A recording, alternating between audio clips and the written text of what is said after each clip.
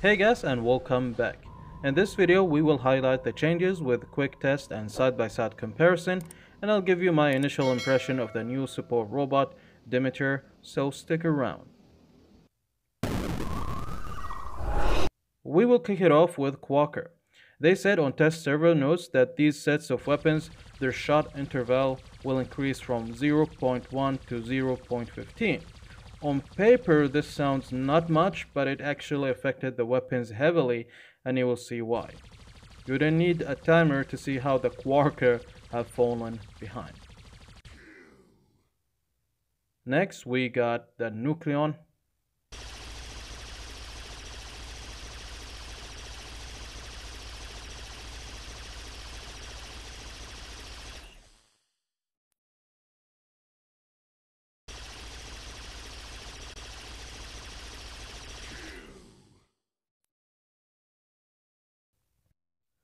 And the last one on this set is the atomizer, and I did funny comparison here where I'll only use 2 atomizer on live server against 3 on the test server, just to show you how that tiny number increase in shot interval have changed things drastically.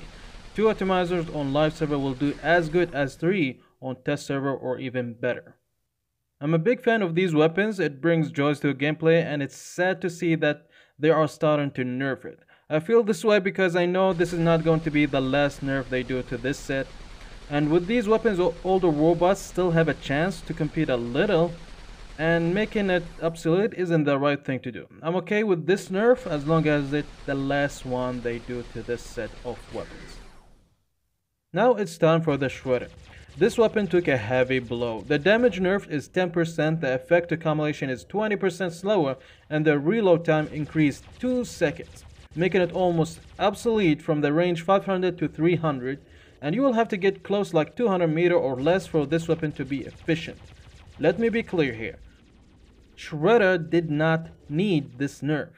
The only reason they nerfed this weapon is because they are bringing Magnetar to a live server.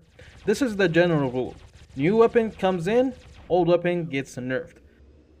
This is how things works around here, sadly, and there's no point complaining about it. All we can do is either switch to other weapon, maybe the new weapons, that's what they want us to do, or adapt to the new nerfed shredder by changing our tactics and strategy.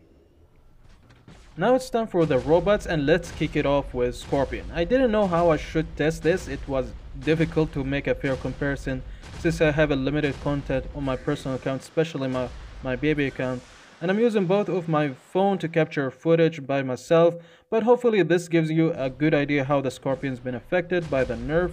And to be honest with you, I didn't have a problem with the Scorpions. They were okay-ish robots up until the sonic weapons came to the scene. Now, if there were more than 2 Scorpions on the battlefield with sonic weapons, things get a bit chaotic. So hopefully after this nerf, we will see less of them. And next we got the Hawk, and this is the only thing that everyone will agree on, that the Hawk needed this nerf. Actually, we've been asking for this since the Hawk was still in the test server, which is crazy if you think about it. We already know that it was too much, and Pixonic did it. Or did they? And the funny thing about this comparison, the Hawk I'm using on live server is only level 5 and Nightingale is level 9. And still managed to bring down Nightingale HP to 50%, while Hawk on test server, which is level 8, managed to take away around 30% of Nightingale HP. Good news, I love it. This is how things should be, honestly. Now Hawk can live up to his nickname as a Titan Slayer. And finally we have the Nightingale. You can see here that this robot is no longer can capture the beacon while airborne. That's the reason they increased the flying heights. I didn't know that before, so thanks to those who told me about it in the last video comments.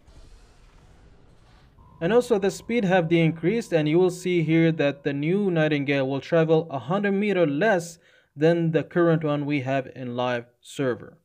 The reason behind this nerf was there are some people that use a Nightingale as a beacon runner and don't care about healing their teammates. And it's actually true. I've seen a lot of players with the Nightingale that ignore me and didn't want to heal me. So sometimes I have to follow them around the map so I can get a little bit of healing. But hopefully this nerf will remind people of the main purpose of Nightingale.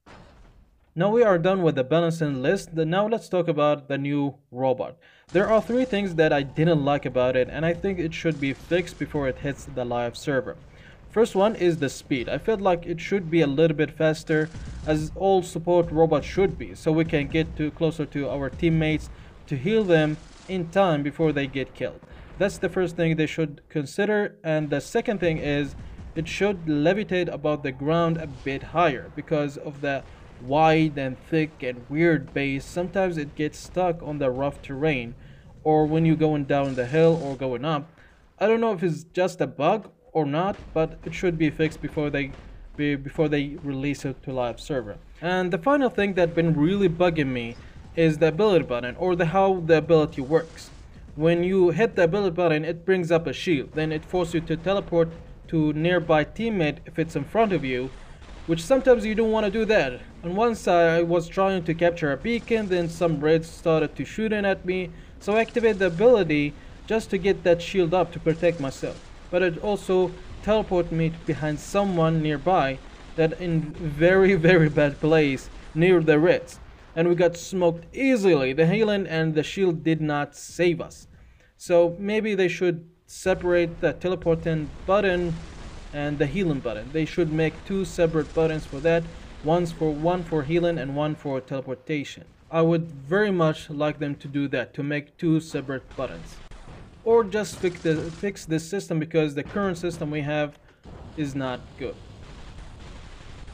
And that's it, guys. Thank you very much for watching. Here's a gameplay of the new robot. Hope you enjoy it. I'll see you in the next video. Bye bye.